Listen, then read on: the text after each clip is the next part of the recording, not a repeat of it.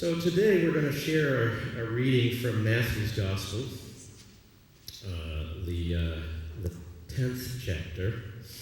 This passage takes place in the context of Jesus sending out his disciples out into the world to do all the good works that Jesus has been doing. And he's sending them out into a world that is not necessarily going to welcome them with open arms. Some of them will meet with hostility as they do that. Some of them are going to go through various deprivations. And so Jesus is trying to encourage them and giving them some travel instructions. And what we're going to be reading is part of that, those travel instructions. Matthew 10, verses 24 through 31.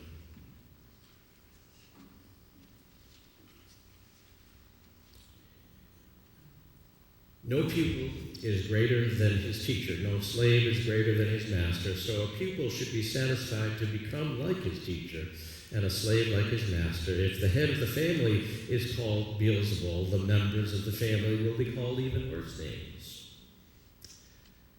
So do not be afraid of people. How many here are afraid of people sometimes? I've met some people I'm kind of afraid of. Intimidating people, bullies, folks who like to throw their weight around. We live with some of them that we're afraid of, right? Sometimes.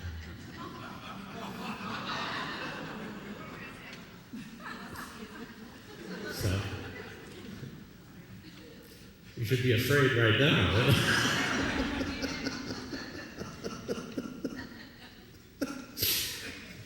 So don't be afraid of people.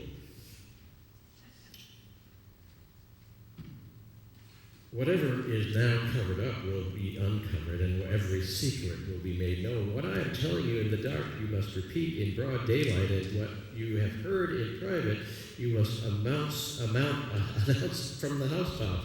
Don't be afraid of those who kill the body but cannot kill the soul. Rather, be afraid of God, who can destroy both body and soul in hell. Well, now comes the good stuff. It's been a little down, right? Here comes the good stuff, and this is what we're going to be preaching on. For only a penny you can buy 2 sparrows, yet not one sparrow falls to the ground without your Father's consent. As for you, even the hairs of your head are numbered. I mean, I know for me, I've made God's job a little easier over the last few years, but even the hairs of your head are numbered, have all been counted. So do not be afraid. You are worth much more than sparrows. I was thinking about the fact that it's been almost a year that I've been here as your pastor. It was about a year ago that we moved into the parsonage just over there. And one of the things that right away when we saw the yard, and I began to kind of imagine what we might be able to do with the yard.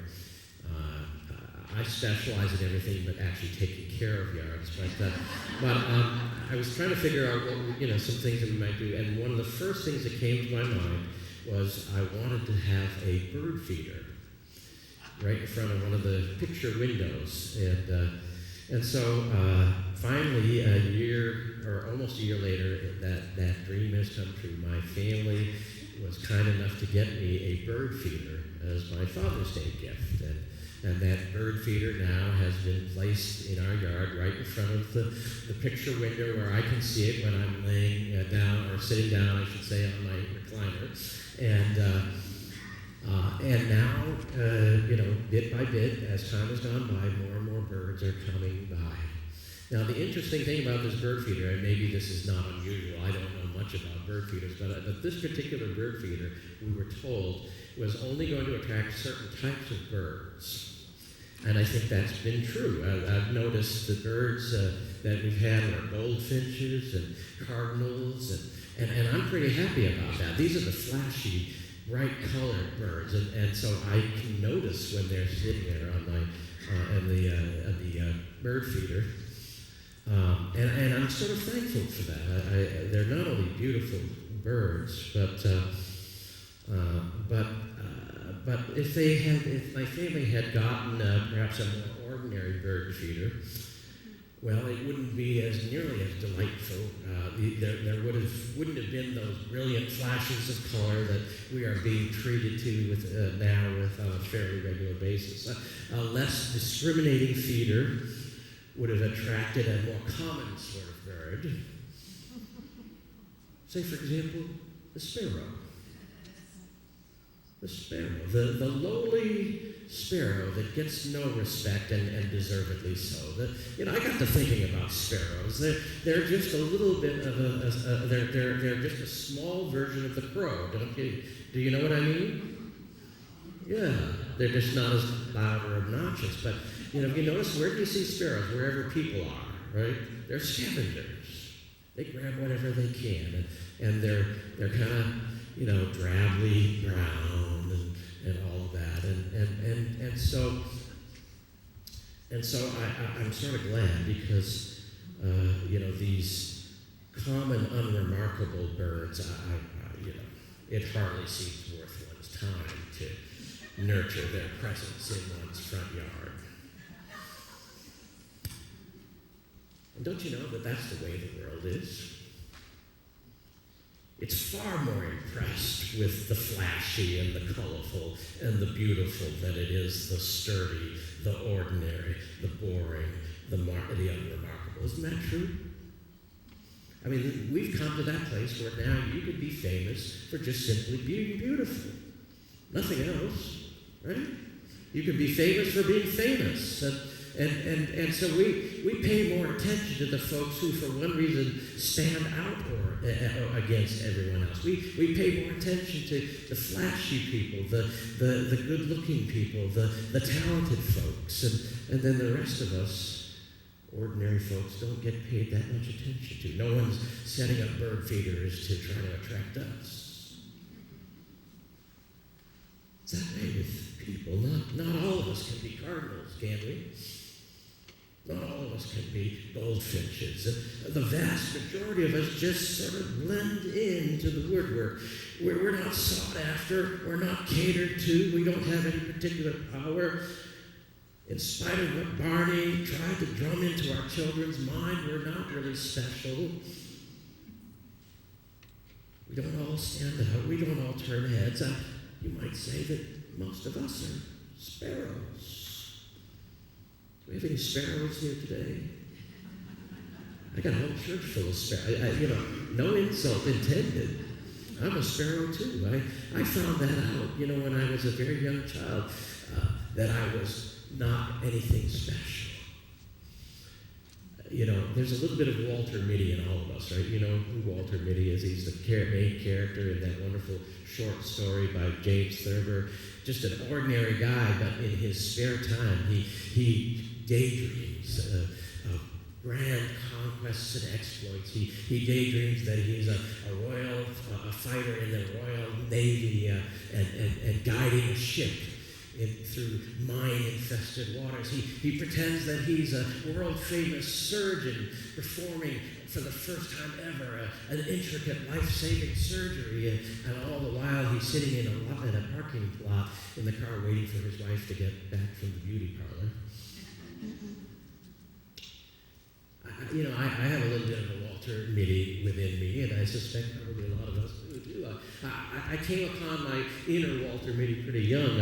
I can remember spending hours and hours throwing a ball against the wall of our family home and making up scenarios of baseball games as I was doing that, pretending that I was the best pitcher that there had ever been. And the well-worn scenarios that kids like that make up. It's the bottom of the ninth, the score is tied, the bases are loaded, and Babe Ruth is up to bat, and I'm the pitcher who's going to strike him out. Now then I got into Little League. And I was hit by the proverbial 2x4 of reality. You couldn't really be much of a hero when you were stuck in right field where no one hardly ever hit it. I had a strike zone about this big, so all I ever did was walk. But I learned pretty quickly. There's a song that I particularly like that maybe some of you are familiar with. It's called Holocene by the band of Bon Iver. It says, all at once I knew I was not magnificent. I don't know if it was all at once, but over and over again I learned I was not significant. I didn't get picked to be on the all-star team. I didn't get picked for the lead role in the play. I didn't get straight A's. None of the pretty girls would even give me a moment of their time. And over and over and over again, I had the message compounded through all kinds of life experiences that I was not significant. I was not magnificent. I was not important. I was a sparrow.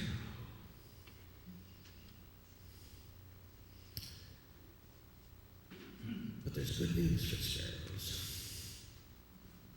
In the passage that we just read, there's good news for the folks who feel like they really don't stand out. There's good news for the folks who feel that life has dealt them a drab, ordinary hand. Because just this morning we heard Jesus saying that the world may take you and I don't mind, but says Jesus, God's eye is on the sparrow. We may not be special, we may not be magnificent, but we are loved. We are noticed. We are not forgotten by the one who created us and calls each one of us by name. And that's what the man said, didn't he? He says, for only a penny you can buy 2 sparrows, yet not one sparrow falls to the ground without your Father's consent. Now, I need to explain something here a bit, because I've been saying, well, if sparrows aren't worth anything, how come they're selling them, right? I mean, if only for a penny, but they're still selling them. The reason they were selling sparrows in those days was for sacrifices. These were the poor person's sacrifice, right? If you couldn't afford a lamb or a goat or whatever, you'd go and you'd buy some sparrows and you would sacrifice them. So they were on the low end of the totem pole as far as for sacrifices. But for only a penny, you can buy 2 sparrows. They weren't very much. Yet not one sparrow falls to the ground without your Father's consent. Not one sparrow falls to the ground without your Father's consent. Here's another version, however, that I think gets a little closer to what Jesus was trying to get across. He says, are not 2 sparrows sold for a penny? Yet not one of them will fall to the ground unperceived by your Father. Unperceived. It has a little bit of a different tint to it, doesn't it? The first one, it sounds like God is consenting to the sparrows falling, almost like he's throwing them to the ground. But this one, it says they don't fall without it being perceived, without it being noticed, without it being paid attention to by the Father. And so God, according to Jesus, is paying attention, noticing. His eye is on the sparrow. Now, there's another version of these same words of Jesus in another of the Gospels that's even more powerful. Listen to this one. He says, aren't 5 sparrows sold for 2 pennies? Yet not one sparrow is forgotten by God. Not one. Forgotten.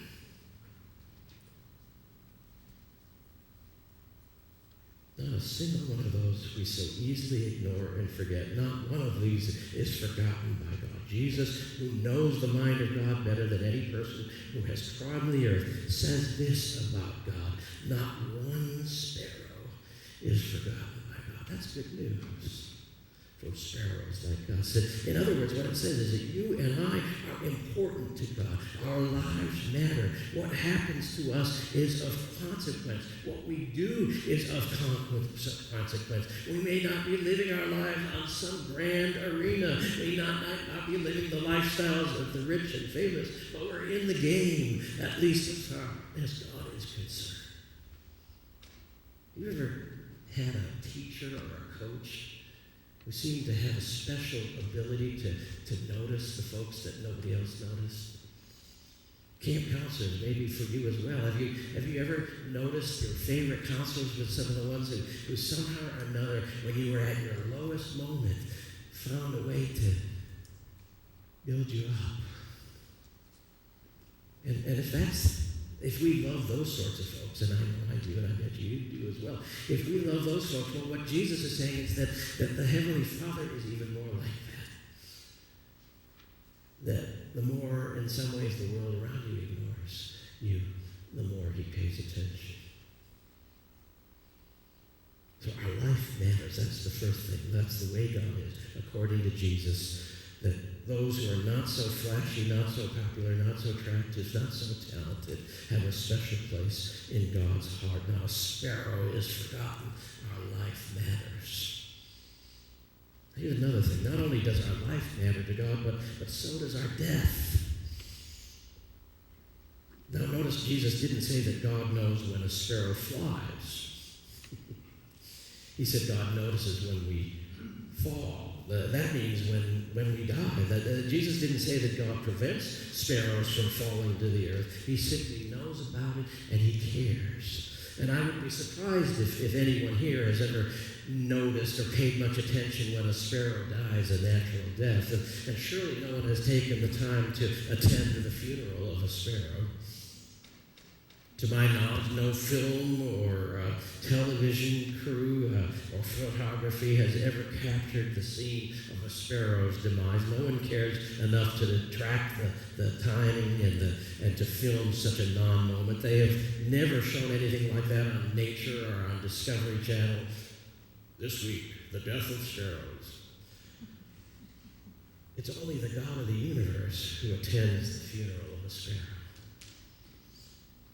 And so, dear sparrows, we need to know that we are not forgotten, whether in life or in death. Our life and our death have incredible significance to God.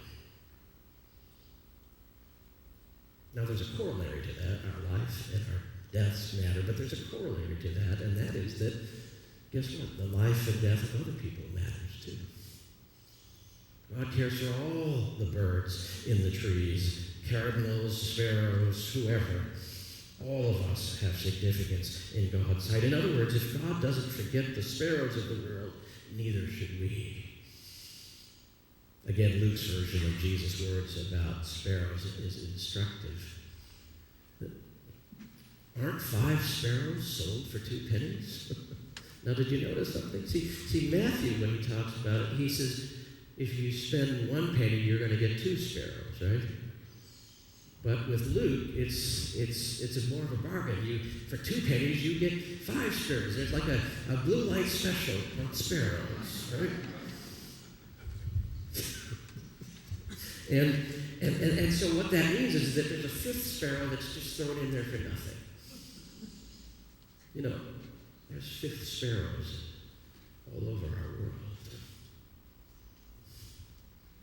Who are the 5th sparrows? I can think of a few. I can think of a child whose family is in an uproar because of a sickness or because of the substance abuse of one member of the family, and that child is just ignored and nobody pays attention to them.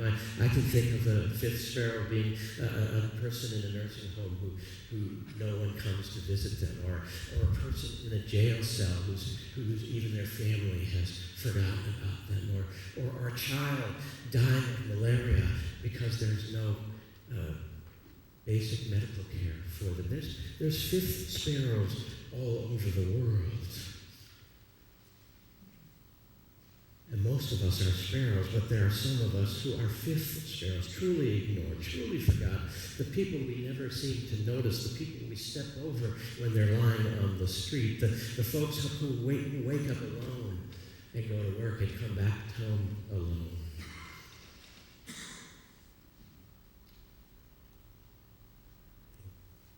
These ones that are thrown in for nothing, God never forgets them either. And those who claim to follow Jesus cannot truly be said to follow him if we forget those fifth sparrows, the last, the least, the lost, the powerless, the voiceless. God willing, our church will become more and more a place that is known for setting up bird feeders for the fifth sparrows of the world. His eye is on the sparrow.